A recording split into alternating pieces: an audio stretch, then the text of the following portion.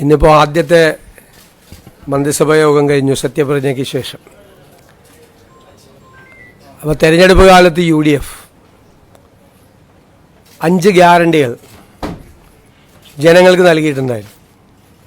ആദ്യത്തെ മന്ത്രിസഭാ യോഗത്തിൽ തന്നെ അതിലെ 2 ഗ്യാരണ്ടികൾ നടപ്പാക്കാൻ തീരുമാനിച്ചു. ഒന്ന്, KSRTC ബസ്സുകളിലെ സ്ത്രീകൾക്കുള്ള സൗജന്യ യാത്ര അനുവദിക്കുന്ന സംബന്ധിച്ച് ജൂൺ 15-ാം തീയതി മുതൽ നടപ്പാക്കും. അതിൻ്റെ വിശദാംശങ്ങൾ പിന്നീട് പ്രഖ്യാപിക്കും. ജൂൺ 15 മുതൽ, അടുത്ത മാസം 15-ാം തീയതി മുതൽ KSRTC ബസ്സിലെ സ്ത്രീകളുടെ സൗജന്യ യാത്ര ആരംഭിക്കും. രണ്ടാമത്തെ കാര്യം, ഒരു വയോജനങ്ങൾക്കായുള്ള പ്രത്യേക വകുപ്പ് രൂപീകരിക്കും എന്ന് ഇന്ദിരാ ഗ്യാരണ്ടിയിലുണ്ടായിരുന്നു. നിങ്ങൾ കേൾക്കുമ്പോൾ അത് തീരുമാനമെടുത്തിട്ടുണ്ട്. വയോജനങ്ങൾക്കായി പ്രത്യേക വകുപ്പ് രൂപീകരിക്കാൻ പോവുക. ഞാൻ വളരെ അഭിമാനത്തോടെ പറയുന്നു, എൻ്റെ അറിവിൽ നമ്മുടെ രാജ്യത്ത് ആദ്യമായിട്ടാണ് ഒരു സംസ്ഥാനത്ത് വയോജനങ്ങൾക്ക് വേണ്ടി പ്രത്യേകമായ വകുപ്പ് രൂപീകരിക്കുന്നത്. ഞങ്ങൾ ആ വകുപ്പ് രൂപീകരിച്ചതിന് ശേഷം ഇത് ഏറ്റവും ഭംഗിയായി നടപ്പാക്കിയ രാജ്യം ജപ്പാനാണ്. ഏറ്റവും ഭംഗിയായി വയോജനങ്ങളുടെ ഒരു ജീവിതം തന്നെ മാറ്റിമറിച്ച വിപ്ലവകരമായ ഒരു നടപടിയാണ് ജപ്പാനിലെ ഗവൺമെൻറ്റുകൾ സ്വീകരിച്ചത്. നമുക്കിപ്പോൾ എല്ലാം ചെയ്യാനുള്ള പരിമിതികൾ നമുക്കുണ്ട്, എങ്കിലും ആ മോഡൽ കൂടി പരിശോധിക്കും. അതിനുള്ള ഒരു നല്ല സ്റ്റഡി അടുത്ത 1-2 മാസത്തിനുള്ളിൽ പൂർത്തിയാക്കി കേരളത്തിലെ വയോജനങ്ങളെ, ഞാൻ കരുതുന്നത് ഒരു സമൂഹം പരിഷ്കൃതമാണോ അല്ലയോ എന്ന് പരിശോധിക്കാനുള്ള ഒരു അളവുകോൽ ആ സമൂഹത്തിലെ മുതിർന്ന ആളുകളോട് എങ്ങനെ പെരുമാറുന്നു എന്നതാണ്. ഇപ്പം നമുക്ക് കേരളം സിവിലൈസ്ഡ് സൊസൈറ്റിയാണ്, പരിഷ്കൃത സമൂഹമാണെന്ന് ലോകത്തോട് മുഴുവൻ വിളിച്ചു പറയണമെങ്കിൽ പ്രായമായവരുടെ അല്ലേ, അവരോട് ഏറ്റവും മാന്യമായി, അവരെ കരുതലോടുകൂടി, അവരെ ചേർത്ത് പിടിച്ചുകൊണ്ടുള്ള ഒരു സമീപനവും പദ്ധതികളും കേരളത്തിലുണ്ടാകണം ധാരാളമായി. ഒരു വകുപ്പ് രൂപീകരിച്ച് അവിടെ കുറേ സെക്രട്ടറിയും ഉദ്യോഗസ്ഥരും വയ്ക്കുന്ന അല്ല അതിൻ്റെ ഉദ്ദേശം. വലിയ ലക്ഷ്യങ്ങളാണ് അതിൻ്റെ അകത്തുള്ളത്. സ്വപ്നതുല്യമായ കാര്യങ്ങൾ ഈ വയോജന വകുപ്പ് രൂപീകരിച്ചതിൻ്റെ പുറകിലുണ്ട്. അത് പുറകെ സ്റ്റെപ്പ് ബൈ സ്റ്റെപ്പായിട്ട് നടക്കും. അതിനുള്ള വിശദമായ ഒരു പഠനം തന്നെയാണ് വയോജന വകുപ്പിനെ സംബന്ധിച്ചുള്ള. നമുക്ക് കേരളത്തിന് വലിയ താമസമില്ലാതെ ലോകത്തോട് മുഴുവൻ ഉറക്കെ വിളിച്ചു പറയാൻ പറ്റണം, ഞങ്ങളാണ് സിവിലൈസ് സൊസൈറ്റി, ഞങ്ങളുടെ പ്രായമായവരെ എങ്ങനെയാണ് നോക്കുന്നത് എന്ന് പറയണം. അതാണ്. അപ്പോൾ ആ 2 ഗ്യാരണ്ടി നടപ്പാക്കാനുള്ള തീരുമാനം എടുത്തിട്ടുണ്ട്. ഇനി നമ്മൾ ഈ വാക്കാണല്ലോ പ്രധാനം. വാക്ക് പറയുമ്പോൾ മറന്നുപോലെ ഭയങ്കര എളുപ്പമാണ്. പക്ഷേ വിശ്വാസ്യത എന്ന് പറയുന്നത് ഏറ്റവും പ്രധാനപ്പെട്ടൊരു കാര്യമുണ്ട്.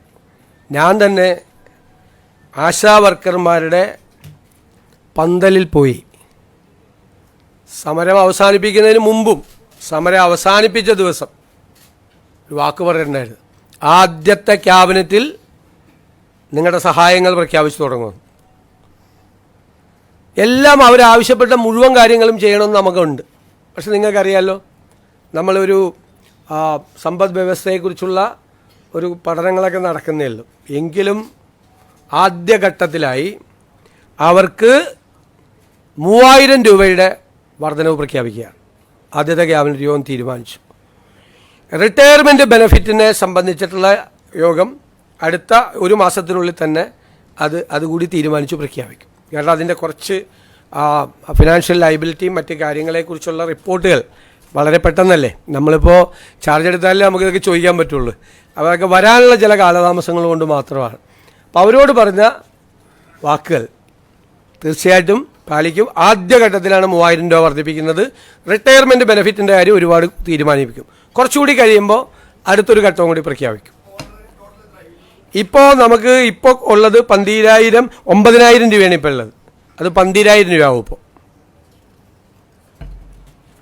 പിന്നെ അംഗൻവാടി ജീവനക്കാരുടെ, വർക്കർമാർ, ഹെൽപ്പർമാർ, അവരുടെ പ്രശ്നങ്ങൾ നമുക്ക് അറിയാം. ഞാൻ തന്നെ നിയമസഭയിൽ അവതരിപ്പിച്ചിട്ടുണ്ട്, ഞങ്ങൾ തന്നെ നിയമസഭയിൽ അവതരിപ്പിച്ചിട്ടുണ്ട്. അവരുടെ കാര്യം മറന്നുപോയിട്ടില്ല എന്നവരെ ഓർപ്പിക്കാൻ കൂടി വലിയ തുകയൊന്നുമല്ല, 1000 രൂപ അവരുടെ വരുമാനത്തിൽ വർദ്ധിപ്പിക്കാൻ. വലിയ തുകയൊന്നുമല്ലത്. അവർക്ക് 14,500 രൂപയും 15,000 രൂപയുടെ നിലവിൽ കിട്ടുന്നത്. അതിനോടൊരു 1000 രൂപ കൂടി.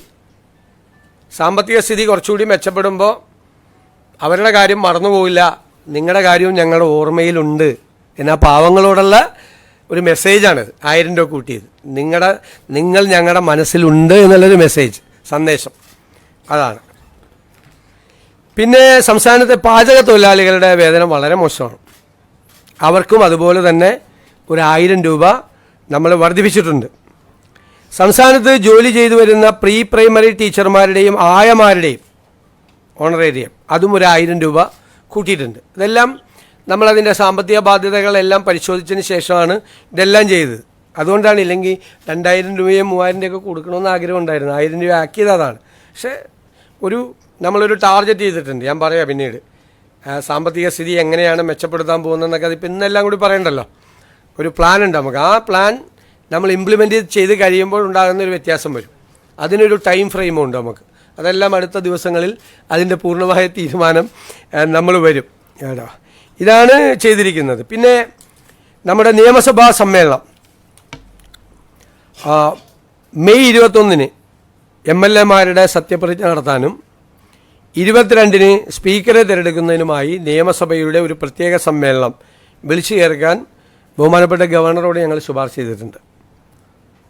അങ്ങനെയാണെങ്കിൽ അതിൻ്റെ അംഗീകാരം കിട്ടുന്നതനുസരിച്ച് മെയ് 29-ന് ഗവർണറുടെ നയപ്രഖ്യാപന പ്രസംഗം കൂടി ഉണ്ടാവും. നമ്മുടെ സഭയിലെ ഏറ്റവും സീനിയറായ അമ്പലപ്പുഴ MLA കൂടിയായ മുൻ മന്ത്രി ശ്രീ G. സുധാകരനെ പ്രോടൈം സ്പീക്കറായി നിയമിക്കുന്നതിന് നമ്മൾ തീരുമാനമെടുത്തിട്ടുണ്ട്. G. സുധാകരനാണ് പ്രോടൈം സ്പീക്കർ.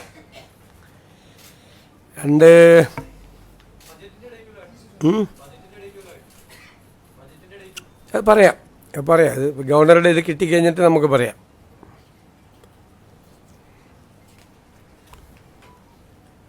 പിന്നെ നിലവിലെ advocate general Shri K. Gopalakrishna Kurup രാജിവെച്ചിട്ടുണ്ട്. അദ്ദേഹത്തിൻ്റെ രാജി സ്വീകരിച്ചു. അഡ്വക്കേറ്റ് ജയ്ജു ബാബുവിനെ അഡ്വക്കേറ്റ് ജനറലായി, സീനിയർ അഡ്വക്കേറ്റാണ് ഹൈക്കോടതിയിലെ സീനിയർ അഡ്വക്കേറ്റ് ശ്രീ ജയ്ജു ബാബുവിനെ അഡ്വക്കേറ്റ് ജനറലായി നിയമിക്കാൻ തീരുമാനിച്ചു. അതുപോലെ director general of prosecution Shri TA ഷാജിയുടെ രാജി സ്വീകരിച്ചു. Shri T. Asaf Ali, advocate T. Asaf Ali, അദ്ദേഹം നേരത്തെയും ഡയറക്ടർ ജനറൽ ഓഫ് പ്രോസിക്യൂഷൻ ആയിരുന്നു പണ്ട് ഉമ്മൻചാണ്ടി സർക്കാരിൻ്റെ കാലത്ത്. അദ്ദേഹത്തെ ഡയറക്ടർ ജനറൽ ഓഫ് പ്രോസിക്യൂഷൻ ആകാൻ വേണ്ടിയിട്ട് തീരുമാനമെടുത്തിട്ടുണ്ട്. പിന്നീട് വളരെ പ്രധാനപ്പെട്ട തീരുമാനം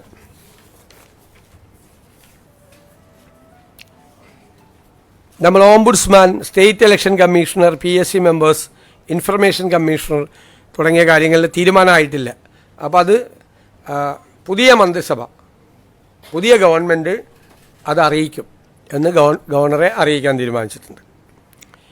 15/12/2023 ഈ നവകേരള സദസ്സിൻ്റെ പരിപാടിയുടെ ഭാഗമായി അന്നത്തെ മുഖ്യമന്ത്രി ആലപ്പുഴ ജില്ലയിൽ എത്തിയപ്പോൾ റോഡരികിൽ പ്രതിഷേധം നടത്തിയ 2 പേർക്കെതിരായി മുഖ്യമന്ത്രിയുടെ ഗൺമാന്മാരായ ആളുകൾ വളഞ്ഞിട്ട് ആക്രമിച്ച സംഭവം കേരളത്തെ നടുക്കിയൊരു സംഭവം ഉണ്ടായിട്ടുണ്ട്.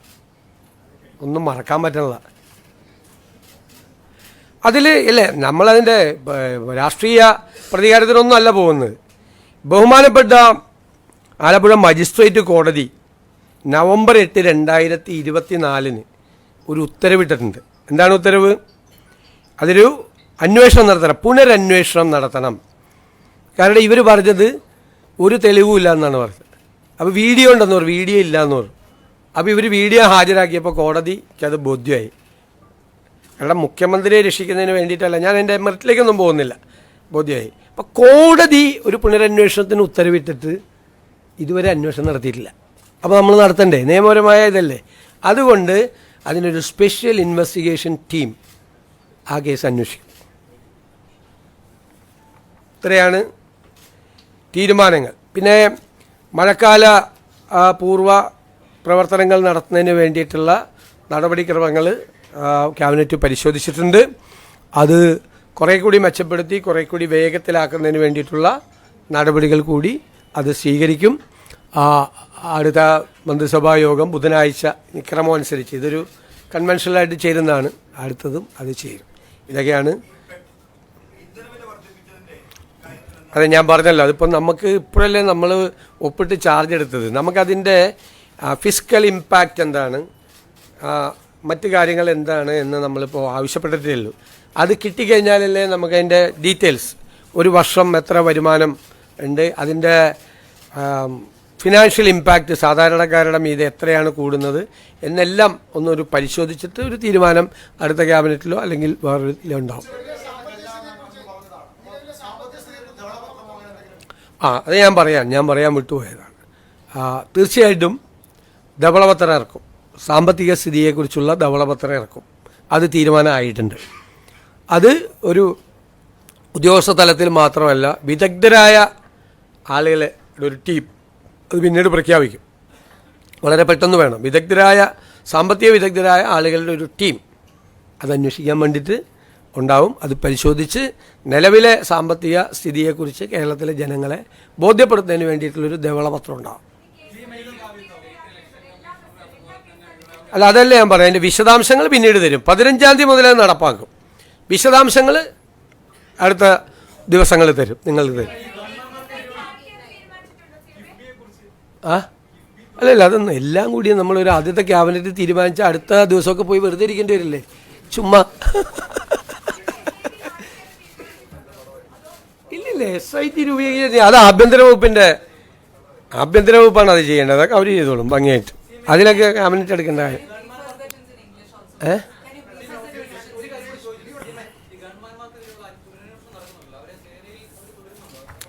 ഒക്കെ വരട്ടെ, അത് ആഭ്യന്തര വകുപ്പ് പരിശോധിക്കാറില്ല.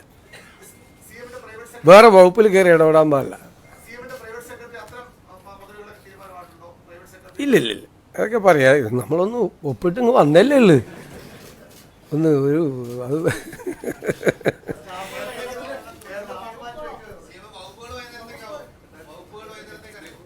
സമയത്ത് കിട്ടിയ ആ ഗസറ്റ് വരും സമയമാകുമ്പോൾ. വല്ലതും വൈകിയ റെക്കോർഡ് അല്ലേ?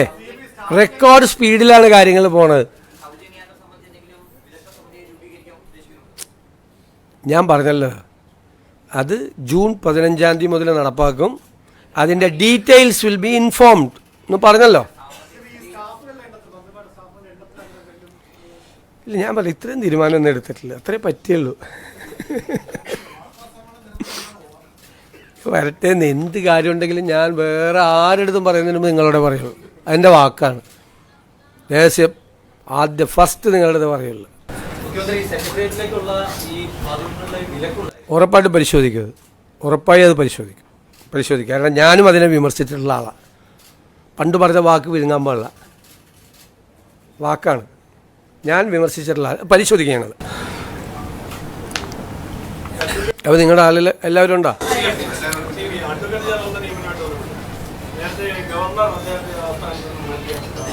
ആരെ? ഏത് സ്ഥാനത്ത് നിന്ന്? അതിനെന്തിനാ എല്ലാവരും ജീവിതകാലം മുഴുവൻ കേരളത്തിൽ വരുന്ന എല്ലാ ഗവർണർമാർക്കും ഒരാളെ അഡ്വൈസറായിട്ട് വയ്ക്കാൻ പറ്റുമോ? അതെന്താ കാര്യം?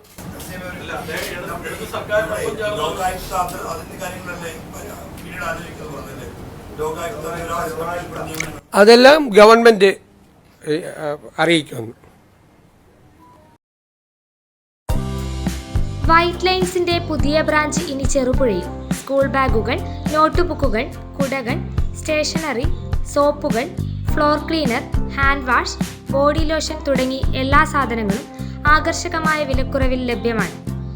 എലി, ചിതൽ, ഉറുമ്പ് തുടങ്ങിയവയെ നിയന്ത്രിക്കാൻ ആവശ്യമായ മരുന്നുകൾ ഉൾപ്പെടെ നിരവധി ഉൽപ്പന്നങ്ങൾ ഒരേ കുടക്കീഴിൽ. മികച്ച ഗുണനിലവാരം കുറഞ്ഞ വിലയിൽ എന്ന പ്രത്യേകതയാണ് വൈറ്റ് ലൈൻസ് നൽകുന്നത്. White lines, Kambippalam road, SBI ബാങ്കിന് എതിർവശം, ചെറുപുഴ.